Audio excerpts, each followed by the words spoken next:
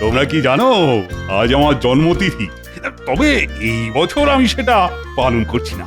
বিলক্ষণ মহারাজ, এই কৃষ্ণপক্ষে আপনি জন্মেছিলেন, আর এই তিথিতে জন্ম নিলে সে রাজা হবেই। বিধাতাও এর খণ্ডন করতে পারবে না। সাধু সাধু। কিন্তু মহারাজ, আপনি এই বছর জন্মতিথি পালন করছেন না কেন? এর কি কোনো বিশেষ কারণ আছে?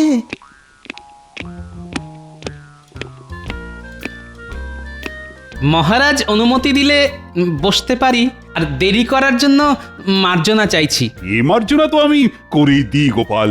আসলে রাজসভায় তুমি না থাকলে কিরকম ভালো লাগে না। ঠিক বলেছেন মহারাজ, গোপাল বিনা সভা অতি ধীর। গোপাল থাকলে মহারাজ থাকেন না গম্ভীর। বেশ বলেছ কবি, বেশ বলেছ। বিজ্ঞানী, তোমার কথার উত্তরে বলি, রাজকোষের অবস্থা ভালো নয়। তুমি জানো, মানে যদিও তোমার জানার কথা নয়, আমি শুধু আমার জন্মতিথি উপলক্ষ পালন না করে খরচের কিছু ওই সাশ্রয় করেছি মাত্র, আর সেটাও আমার রাজ্যের প্রজাদের কথাই ভেবে। রাজকোষের কথা আমাদের কারোরই জানার কথা নয় মহারাজ, সেটা তো একমাত্র খাজাঞ্চি বলতে পারেন। কিন্তু খাজাঞ্চি অসুস্থ জানিয়েছে, তাই সে আসতে পারবে না। মহারাজ অনুমতি দিলে একটা কথা বলতে পারি। নিশ্চিন্তে বলো গোপাল। খাজাঞ্চি অসুস্থ, বাড়িতে আছে, বিশ্রাম নিচ্ছে, খুব ভালো কথা। কিন্তু খাজাঞ্চির সাথে যার নীতি ওঠা বসা, যে রাজকোষের সব কথাই জানে, সে কেন গত 4 দিন ধরে রাজসভায় আসছে না, সেটা কি কেউ বলতে পারবে?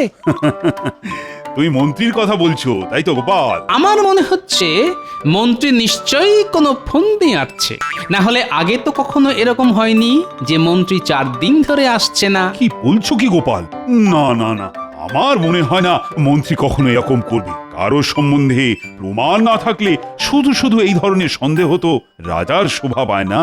আপনি একদম ঠিক কথা বলেছেন মহারাজ, রাজার এটা শোভা পায় না, কিন্তু ভাঁড় যদি ভাবে তাহলে হয়তো শোভা পায়। গোপাল, বলো তো তুমি ঠিক কি বলতে চাইছো? আমি বলতে চাইছি মহারাজ, রক্ষীদের আপনি মন্ত্রীর বাড়ি পাঠান, ওরা দেখে এসে বলুক মন্ত্রী সত্যি অসুস্থ কিনা, না হলে বুঝবো আমি যা ধারণা করেছি তাই। তোমার আর মন্ত্রীর সম্পর্ক কেমন সেটা আমি খুব ভালো করেই জানি। যাই হোক, তুমি যখন বলছো, আমি এক্ষুনি মন্ত্রীর বাড়িতে 2 প্রহরীকে পাঠাচ্ছি। ওরা মন্ত্রীর খবর নিয়ে আসুক। প্রহরীগণ, প্রণাম মহারাজ। এক্ষুনি মন্ত্রী মশাইয়ের বাড়িতে গিয়ে খবর নিয়ে এসো। বলবে মহারাজ বিশেষ চিন্তায় আছেন যে কেন উনি আসছেন না। যথা আজ্ঞা মহারাজ। আমার মন্ত্রীকে বিশ্বাস হয় না, ওই পাজি মন্ত্রী যে কোনো সময় যে কোনো কিছু করে ফেলতে পারে।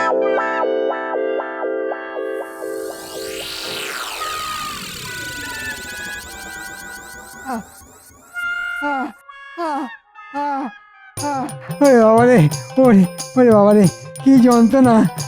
ও মা গো, ও গেলাম রে। কবে যে এই যন্ত্রণা শেষ হবে কে জানে। ও ও প্রণাম নেবেন মন্ত্রী মশাই, মহারাজ আমাদেরকে পাঠিয়েছেন আপনাকে দেখতে আসার জন্যে। সে আমি বুঝতে পেরেছি। ও কদিন রাজসভায় যেতে পারিনি যে। ওরে বাবারে। মন্ত্রী মশাই, আপনার ঠিক কি হয়েছে? মানে মহারাজকে আপনার অবস্থাটা বলতে হবে, সেই কারণেই আমরা জানতে চাইছি। ফোঁড়া হয়েছে রে, ফোঁড়া, ভীষণ কষ্ট পাচ্ছি। ও আগে সেটা বুঝতে পারছি, কিন্তু আপনি উপরে শুয়ে আছেন কেন যদি বলেন? সোজা হয়ে শুতে পারছি না তাই। কিন্তু মন্ত্রী মশাই, আপনি সোজা হয়ে কেন শুতে পারছেন না? তোমরা দুজনেই আস্ত উজবুক, সেটা আমি জানি। তাও বলছি, আমি ফোঁড়ার যন্ত্রণায় উপরে শুয়ে আছি। ও, এখনো বুঝতে পারলাম না মন্ত্রী মশাই, ফোঁড়া আপনার ঠিক কোথায় হয়েছে? হতভাগা, সব জানতে হবে। আগে মহারাজের তো সেরকমই নির্দেশ। মহারাজকে গিয়ে বল আমার ফোঁড়ার যন্ত্রণা কমে গেলেই আমি রাজসভায় যাব। আশা করি 2-1 দিনের মধ্যেই। কিন্তু ফোঁড়া আপনার কোথায় হয়েছে সেটা বললেন না তো। ওরে হতভাগা, ও তোদের অত জেনে কি কাজ, হ্যাঁ? ও ও, বুঝতে পারছিস না? উপুর হয়ে শুয়ে আছি যখন, কোথায় আমার ফোড়া হয়েছে, হ্যাঁ? ওরে হতভাগা, মহারাজকে গিয়ে বল ফোড়া হয়েছে আমার পশ্চাৎ দেশে। আমি ভালো করে সোজা হয়ে শুতে পর্যন্ত পারছি না। ওরে বাবারে, ওরে বাবারে, কি যন্ত্রণা। ও ও, যা শিগগি যা। যথা আজ্ঞা মন্ত্রীমশাই। মহারাজ, আমরা দুজন মন্ত্রীমশাইয়ের বাড়ি গিয়েছিলাম, গিয়ে দেখি মন্ত্রীমশাই উপর হয়ে শুয়ে আছেন। হ্যাঁ, মন্ত্রী উল্টে পড়ে শুয়ে আছে, এ তো ঘোর অনর্থ। যে রাজ্যের মন্ত্রী উল্টো হয়ে শুয়ে থাকে সে রাজ্যের তো অমঙ্গল। যাই হোক, প্রহরী বলো বলো। মন্ত্রীমশাই যন্ত্রণায় কাতরাচ্ছিলেন। হ্যাঁ, মন্ত্রীর যন্ত্রণা? মন্ত্রীর কাছ তো মন্ত্রণা, তবে তার কিসের যন্ত্রণা? আগে মন্ত্রীর বিস্ফোরা হয়েছে, কিন্তু সেই যন্ত্রণায় মন্ত্রীমশাই খুবই অসহায়ের মতো শুয়ে আছেন। বিস্ফোরা? যে ফোড়ার গোড়ায় বিষ, যন্ত্রণা অহর্নিশ। কিন্তু মন্ত্রী উল্টো হয়ে শুয়েছিল কেন? আগে সেই কথা জিজ্ঞেস করাতে মন্ত্রীমশাই রেগে গেলেন। রেগে গেলেন? মহারাজ, এমন কোনো জায়গা থাকতে পারে যেখানে ফোঁড়া হলে মানুষ রেগে যায়? পণ্ডিত, সেটা তুমি ভালো জানো। তোমরা বলো তো প্রহরী। মন্ত্রীমশাই আমাদের বললেন, যা গিয়ে মহারাজকে বল আমার পশ্চাৎ দেশে ফোড়া হয়েছে। হে হে।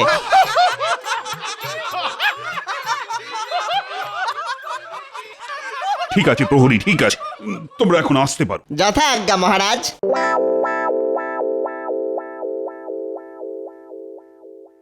মহারাজ, মন্ত্রীর মনের সমস্ত বিষ এখন ফোঁড়া হয়ে বাইরে বেরিয়ে আসছে। গোপা, এখন এসব কথা বলার সময় নয়। আমাদের এক্ষুনি সবার মন্ত্রীকে দেখতে যাওয়া দরকার। রাজবৈদ্য এখন বিদেশে, তাহলে মন্ত্রীর চিকিৎসা কে করবে? আগে দেখি মন্ত্রীর কি অবস্থা, তারপর বৈদ্যর ব্যাপারে ভাবা যাবে। এখন চলো চলো তো সবাই।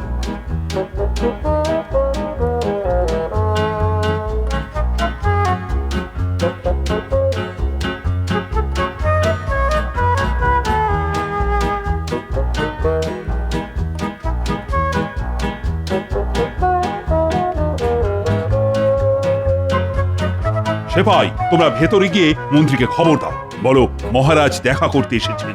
যথা আজ্ঞা মহারাজ।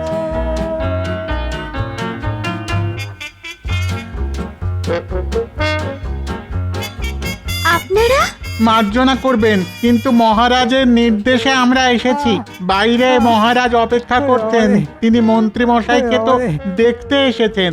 তাই আমি এক্ষুনি মহারাজকে অভ্যর্থনা করে ভেতরে নিয়ে আসছি। না গিন্নি, তোমাকে যেতে হবে না, মহারাজ নিজে এসেছেন আমাকে দেখতে। আমি আমি নিজেই যাচ্ছি তাকে নিয়ে আসতে। কিন্তু তুমি কি পারবে? হ্যাঁ হ্যাঁ, নিশ্চয়ই পারবো। সেপাইরা, তোমরা গিয়ে মহারাজকে বলো আমি এক্ষুনি আসছি।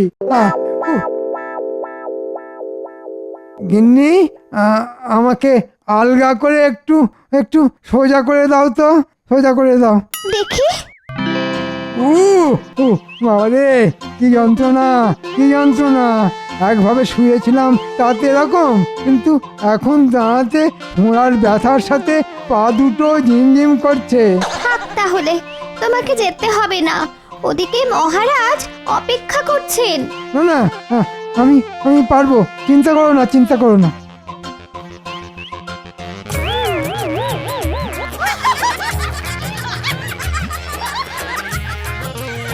আমার কি সৌভাগ্য, ওরে বাবা। মহারাজ স্বয়ং আমার বাড়িতে পায়ের ধুলো দিয়েছেন। আসুন মহারাজ, আসুন আসুন মহারাজ। সে না হয় ঠিক আছে, কিন্তু তোমার এ কি অবস্থা?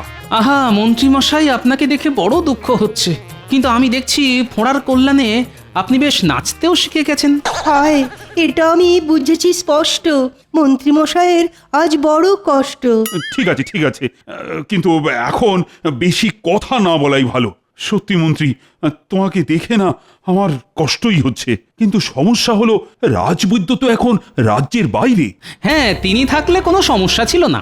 রাজ্যতে কি বলতে পারবেন আমায় আর কতদিন এই যন্ত্রণা বয়ে বেড়াতে হবে? ফোঁড়ার যন্ত্রণা কবে কমবে তো আর গণনা করে বলা যায় না, তবে গণনায় দেখেছি আপনার শনি খারাপ। আজই তো শনিবার, বিষে বিষে বিষক্ষয় করতে হবে। ও গোপাল, তুই এক্ষুনি হাকিমকে খবর দাও। হাকিম এসে মন্ত্রীর ফোঁড়াটা কেটে দেবে। হ্যাঁ ওরে বাবা রে, মরে যাব রে, মরে যাব। এছাড়া আর তো কোনো উপায় নেই যে মন্ত্রী।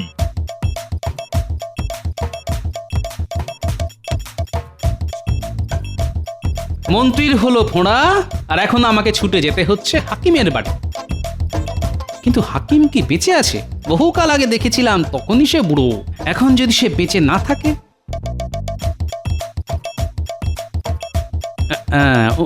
ওটাই মনে হচ্ছে হাকিমের বাড়ি। হাকিম সাহেব, হাকিম সাহেব বাড়ি আছেন? বলি, ও হাকিম সাহেব, বেঁচে আছেন? কে? কেমন আছেন হাকিম সাহেব? কে তুমি? চিনতে পারলাম না তো। আমি গোপাল, গোপাল ভাঁড়, মহারাজের বেতন করা ভাঁড়। গোশাল? গোশালা যেতে চাও, এখানে এসেছো কেন বাপু? সর্বনাশ, এই যে দেখছি কানে কিছুই শোনে না। ফোঁড়া কাটতে হবে। কি কি গোড়াতে, কি গোড়াতে কি হবে?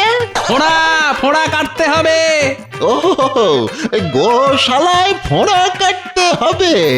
কোন গরুর কি হলো বাবা? আপনি এখন চলুন, পারবেন তো? না না, মারবো না। ফোঁড়া আমি কত কেটেছি এককালে, ঘ্যাচ ঘ্যাচ করে কেটেছি।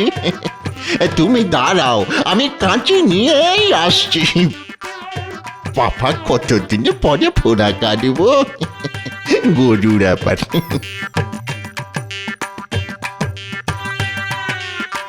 এই কাঁচি দিয়ে সব গরু ঘোড়ার ফোঁড়া কেটে দেওয়া যায়, একেবারে ঘ্যাচ ঘ্যাচ করে। এই বাড়িতে তোমার গরু আছে? গরু না, মানুষ, মানুষের ফোঁড়া। যার খুশি ফোঁড়া হোক, ফোঁড়া দেখলেই আমি কেটে দেব।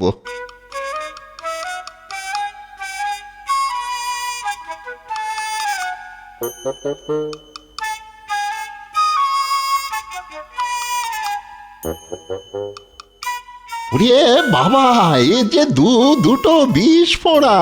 আমি একটা আগে কাটি, চিন্তা নেই, কাঁচি দিয়ে কচ কচ করে কেটে দেব। ওরে বাবা রে, ও হাকিম সাহেব, একটু আস্তে করে কাটবেন। হ্যাঁ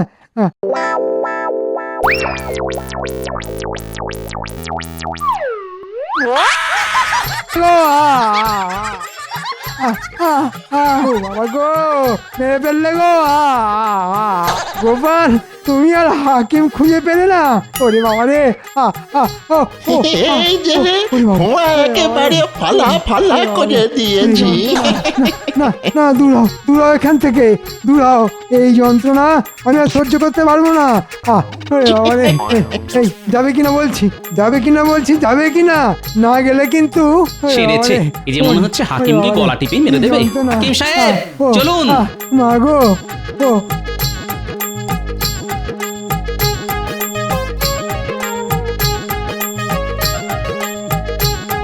কচ কচ ঘচ ঘচ, কত ফোঁড়া আছে বলো? সব কেটে দেব, আমি ফোঁড়া কাটার ওস্তাদ।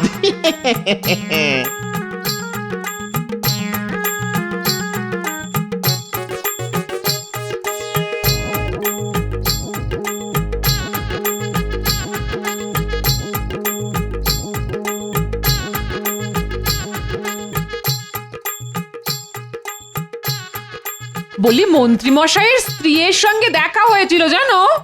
তাই নাকি? আমাকে বললো মন্ত্রী মশাই নাকি খুব ভয় পাচ্ছে জানো। ওই তুমি হাকিমকে নিয়ে আবার ওনার আরেকটা ফোঁড়া কাটাতে যাবে। কাটাতে দিলে তো বাবা, একটা কাটতেই ওনার যা চোট।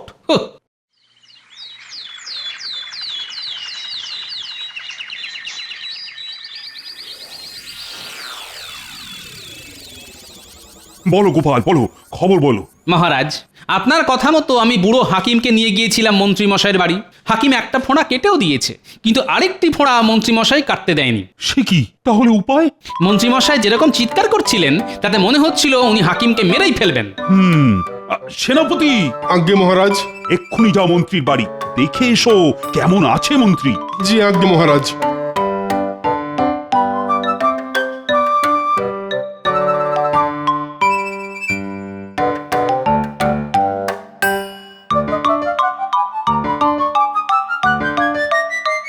দেখেছো গিন্নি কটা দিন রাজসভায় না গেলে সবাই কিরকম চোখে অন্ধকার দেখে। আমাকে ছাড়া যে মহারাজের কোনো গতি নেই সেটা আমি জানি। কিন্তু মন্ত্রীমশাই, মহারাজকে আমি কি বলবো?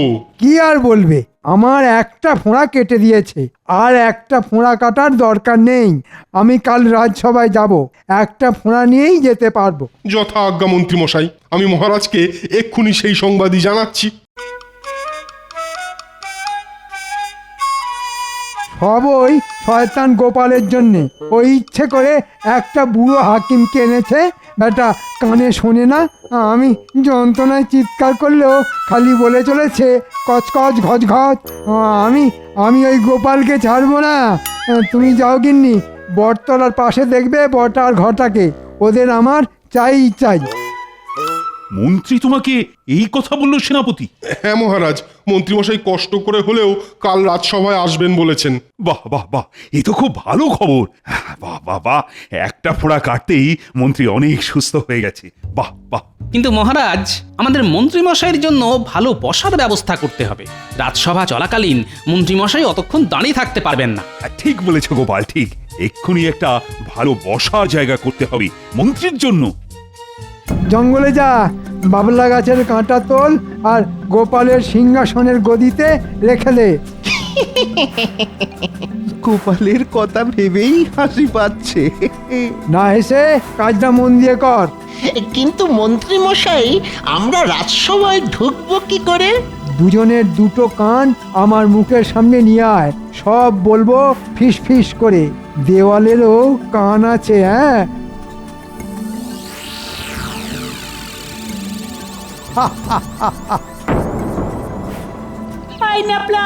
লেবুটা আমার দিকে ছড়, আমি ওটা লুফে নেব। স্কুলে লেবুটা ধরতে পারলি না?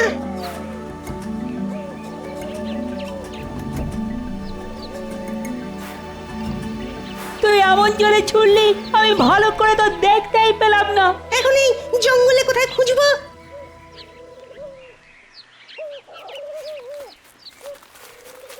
এই লাফলা, একটা খচখচ শব্দ শুনতে পাচ্ছিস?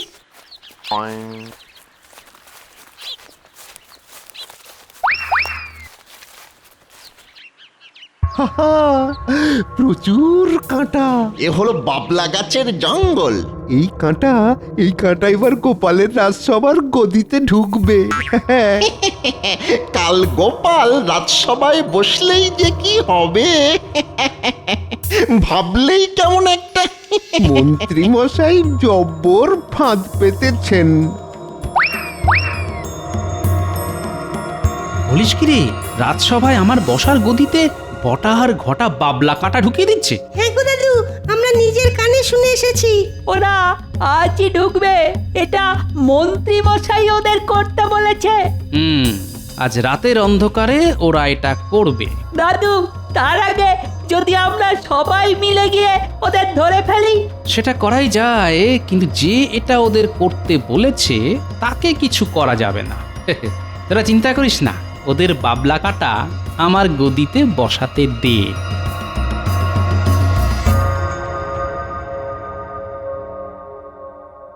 কি প্রহরী, তোমার ছুটি নেই? মন্ত্রী মশাই সুস্থ হয়ে গেছে বলে সবাই কিরকম আনন্দ করছে বাইরে দেখো। ভালো খাবারের ব্যবস্থা আছে। হ্যাঁ। আহা, যেতে তো বড় ইচ্ছে করছে, কিন্তু আমাদের তো পাহারা দেওয়ার কাজ। আরে চিন্তা করছো কেন?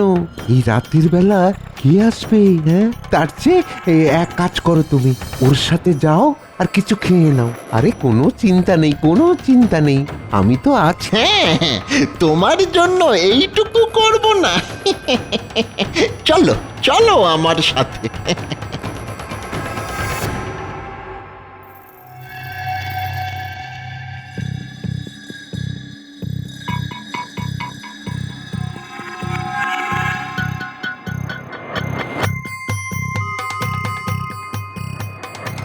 বাহ, এই যে মেঘ না চাইতেই জল, দরজাতে প্রহরীও নেই দেখছি।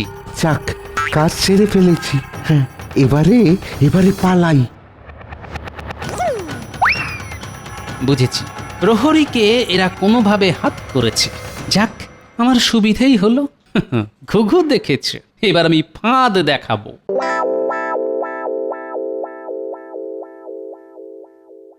বাহ, মন্ত্রীর জন্য বেশ সুন্দর গদি, সুন্দর সিংহাসন। আমার গদিটাও সুন্দর, তবে কাল আমি মন্ত্রীর গদিতে বসবো।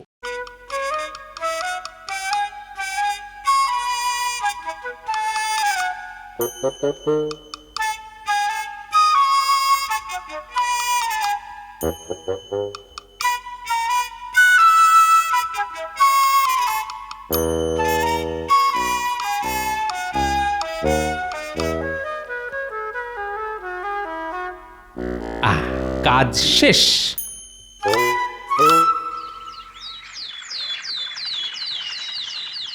মন্ত্রী, তুমি তো এখন অনেক সুস্থ, কি তাই তো? আগে হ্যাঁ মহারাজ। তোমাকে রাজসভায় দেখে না বড়ই খুশি হলাম। গোপাল এখনো আসেনি। গোপাল যে কখন আসবে সেই আশাতেই আছি। এ কি মন্ত্রী, তুমি দাঁড়িয়ে কেন? এই দেখো, তোমার জন্য সুন্দর বসবার ব্যবস্থা করা হয়েছে। তোমাকে আজ দাঁড়িয়ে থাকতে হবে না। আগে মহারাজ, সবই আপনার ইচ্ছে। হ্যাঁ বসো মন্ত্রী, বসো, বসে পড়ো।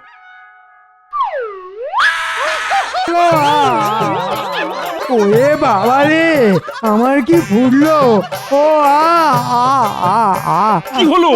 মহারাজ, মন্ত্রীর জন্য এমন একটি ব্যবস্থা করা হয়েছিল যাতে মন্ত্রীর আরেকটি ফোঁড়াও ফেটে যায়। কই দেখি দেখি, কি এই যে বাবলা গাছের কাঁটা মনে হচ্ছে। বাবা গো, গেলাম গো। মন্ত্রী এই বাবলা কাঁটা বটার ঘটাকে তুলে আনতে বলেছিল। বটা প্রহরীকে নানা কথা বলে সরিয়ে দেয়, আর সেই সুযোগে বাবলা কাঁটা আমার বসার গদিতে লাগিয়ে দেয় যাতে এই কাঁটা আমার ফোটে।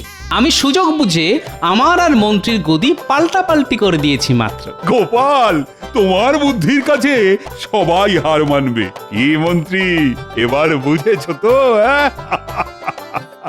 যাক, এবার তুমি পুরো সুস্থ হবে, আর আর তোমাকে দাঁড়িয়েই থাকতে হবে। গোপাল, গোপাল, আমি তোমায় ছাড়বো না।